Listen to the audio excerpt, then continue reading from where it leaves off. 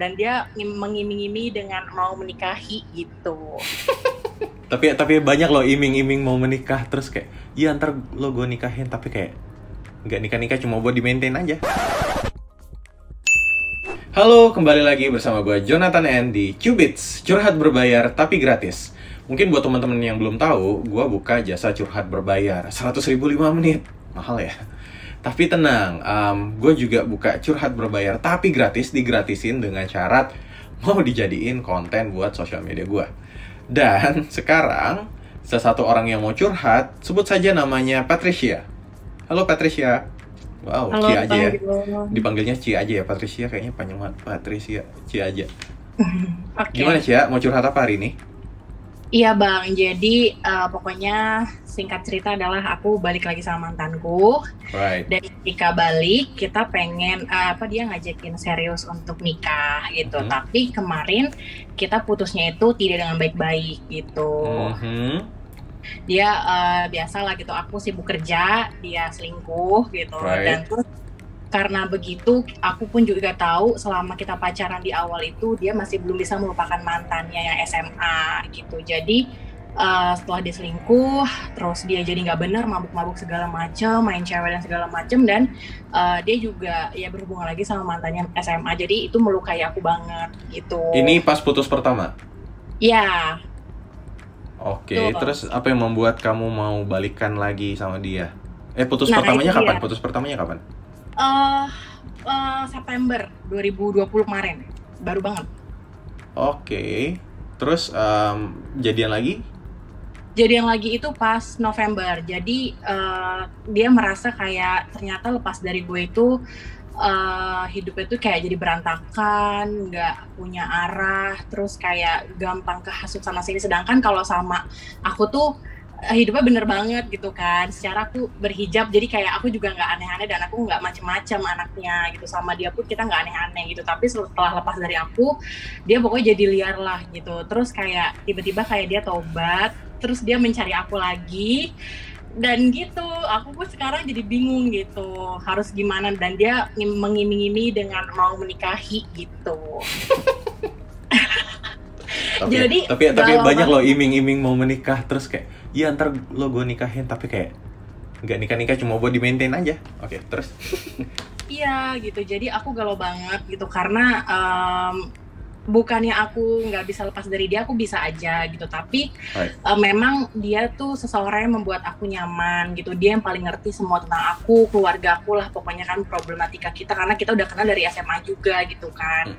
Terus ceritanya nih, aku selama proses tiba-tiba dia balik lagi tuh aku galau segala macam. Aku tuh ceritanya banyak istikharah gitulah ya kan, sholat. Terus kayak petunjuk-petunjuknya tuh kayak mengatakan atau kayak membuat seolah-olah bahwa dia tuh memang pilihan tepat untuk aku, karena kayak mamaku, keluargaku dan lain-lain tuh menunjukkannya seolah-olah udah deh gitu, mau cari laki-laki yang kayak gimana gitu. Tapi aku bingung kan, berdamai dengan masa lalu mantan atau seseorang itu susah, caranya gimana gitu loh Bang. Alright. Udah, ada lagi? Udah.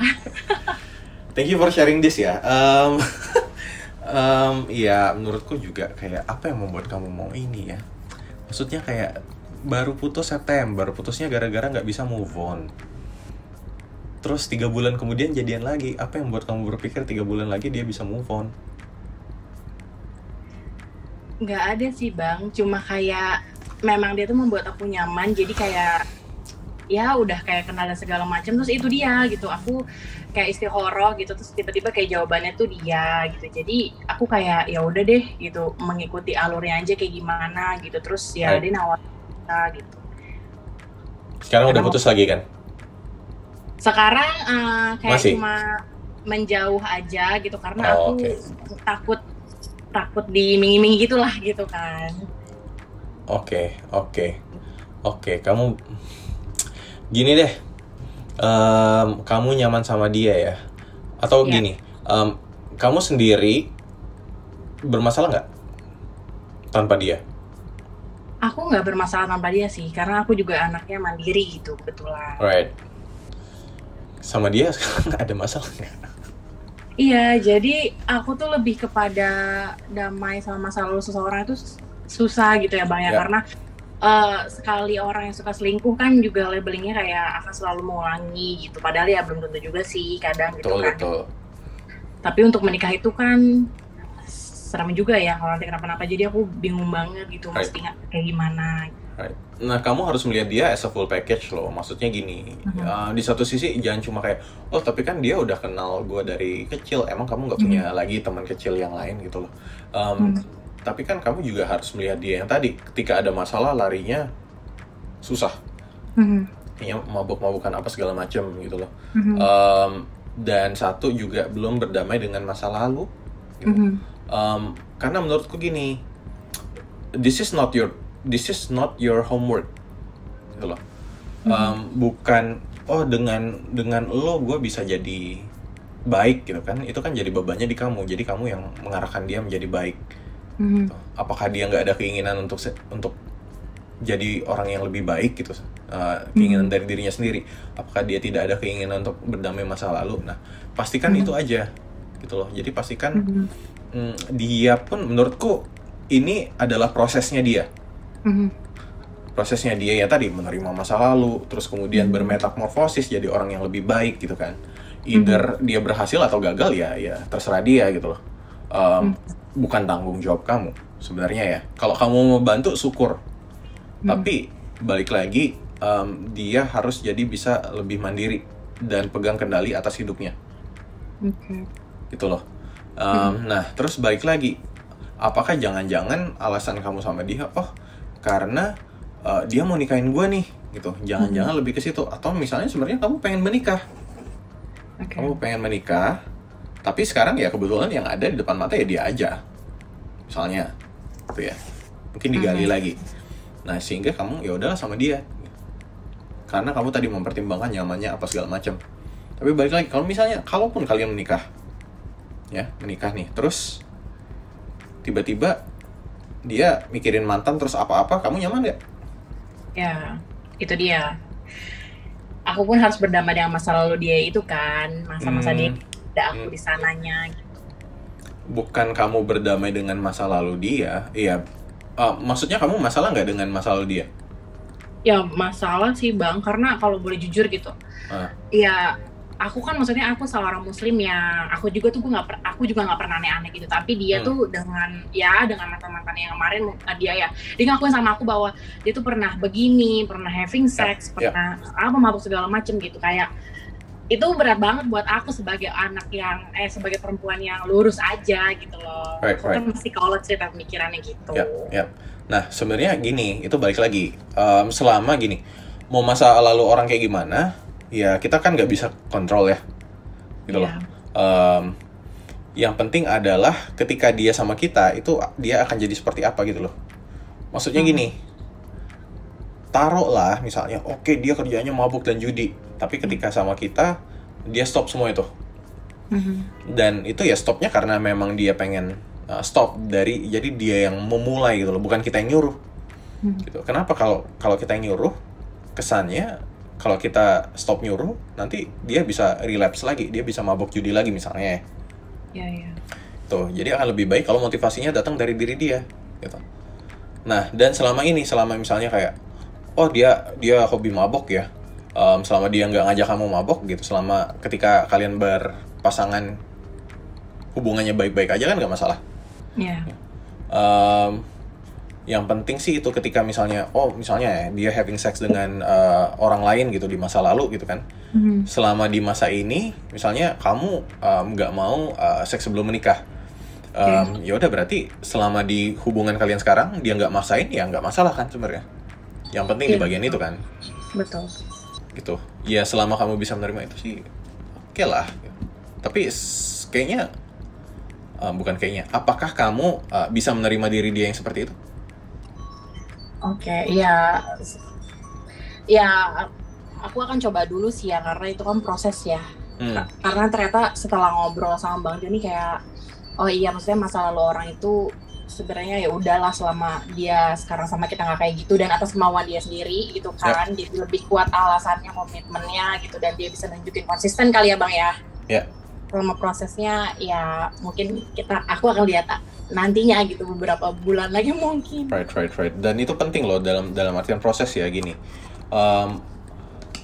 Jangan lihat orangnya sekarang seperti apa. Maksudnya ya semua orang menurutku berproses. Semua orang berproses. Misalnya dia sekarang keadaannya buruk, oke. Tapi apakah dia melakukan usaha sehingga jadi lebih baik? Gitu kan. Kasarnya kita anggap aja gini deh. Misalnya penghasilan deh yang parameternya lebih jelas ya, kan jumlah uang yang masuk. Taruhlah dia sekarang penghasilannya misalnya 5 juta sebulan. Oke, 5 juta sebulan. Kira-kira dia ada usaha nggak untuk meningkatkan penghasilan itu jadi lebih baik, jadi lebih banyak gitu loh. Kan misalnya, kalau kita lihat, dia rajin belajar ini itu, rajin usaha ini itu, bisa lah kayaknya 10 tahun, 5 tahun lagi mungkin gajinya akan naik 4 kali lipat, 5 kali lipat, atau 10 kali lipat. Itu kan kita bisa kira-kira. Ya. Nah, tapi kalau misalnya dia ya hidup segan mati tamu ya kayak ngapa-ngapain kayak aduh males rebahan doang gitu kan, ya gimana mau berkembang gitu kan. Nah ini juga dalam hal self improvement, ada nggak usaha dia untuk memperbaiki dirinya sendiri itu kayak gimana. Jadi kita bisa kira-kira dalam 6 bulan lagi dia ini kira-kira akan jadi lebih baik atau akan tetap jadi orang yang sama gitu-gitu aja. Ya. Itu juga bisa masukin pertimbanganmu gitu. Oke. Emang. Ya, gitu. Oke, lihat dulu 6 bulan ya. Jangan buru-buru ya. Ya balik lagi kamu lah. Diiming-imingi ya. Diiming-imingi kayak gitu. Jangan peduli dengan iming-iming pernikahan gini. Sampai dia nikahin elu, dia belum nikahin elu. Gitu ya. Banyak yang tunangan aja hari H pernikahan bisa tiba-tiba cancel kok.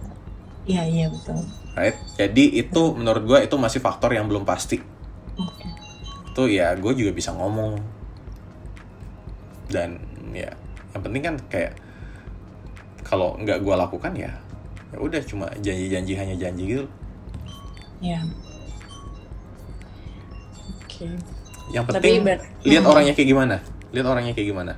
Oke. Ya. Masa lalu nggak penting ya bang ya. Yang penting dia mau berubah nggak gitu kan, dan nggak cuma mau tapi ada actionnya nggak. Ya. Okay. Jadi lo bisa menilai apakah orang ini akan pantas buat gua, gitu kan? Cocok nggak buat gua?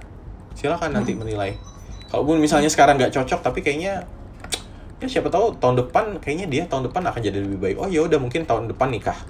Nah ini kan jadi kayak lo invest di dia, right? Nah tinggal lihat tahun depan apakah itu a good investment atau turn out to be a bad investment. Ya. Oke, noted. Udah ngerti. ya semoga sukses ya. Ya, amin Bang John. Ada lagi ya? Tapi satu pertanyaan aku terakhir sih kayak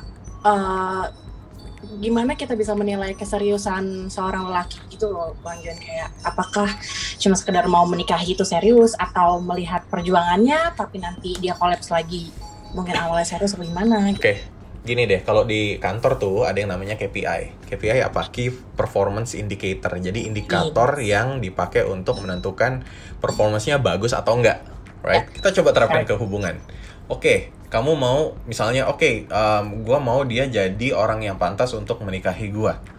Parameternya apa aja? Gitu kan. Parameternya misalnya dari sisi dari sisi kebaikan is that a parameter? Misalnya standar kamu apa? Usaha serius. Mau gini deh, misalnya kayak dia mau belajar agama gitu, masuk nggak? Ya udah, misalnya belajar agama gitu ya. Menurut kamu itu penting gitu kan. Nah, kategori dia jadi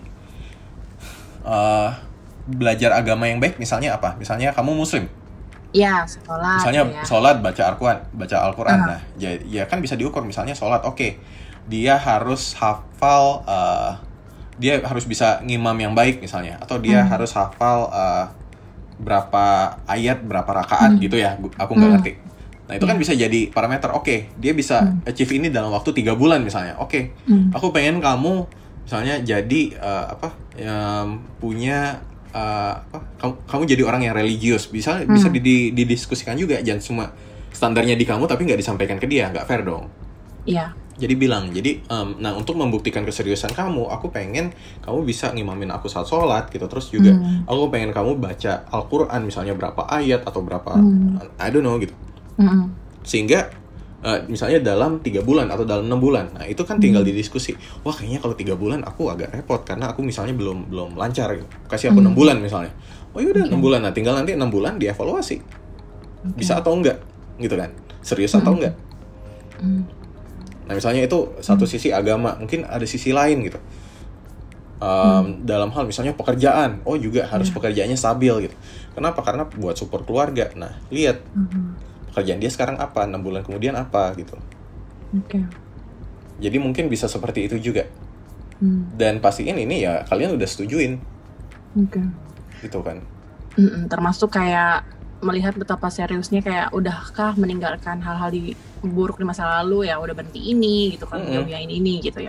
Ya itu kalau ya bisa didiskusikan. Aku nggak pengen kamu minum lagi misalnya. Oke, mungkin wah susah kalau gue langsung berhenti. Oke, dikurangin. Nggak apa-apa. Mulai misalnya sehari minum 1 botol gitu. Wow, sehari 1 botol. Terus mungkin jadi seminggu 2. Gitu. Terus nanti jadi seminggu 1. Terus jadi sebulan 1. Nah itu kan sebenarnya ada progress. Iya. Right? Gitu loh. Jadi itu bisa di ini juga sama dia. Didiskusikan terus di track.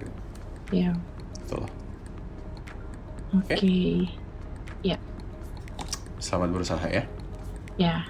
Terima kasih Bang John, masukan dan nasihatnya, pencerahannya. Ya.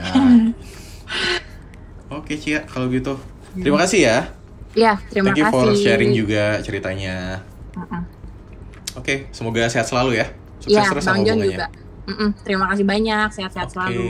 Baik, bye-bye. Bye.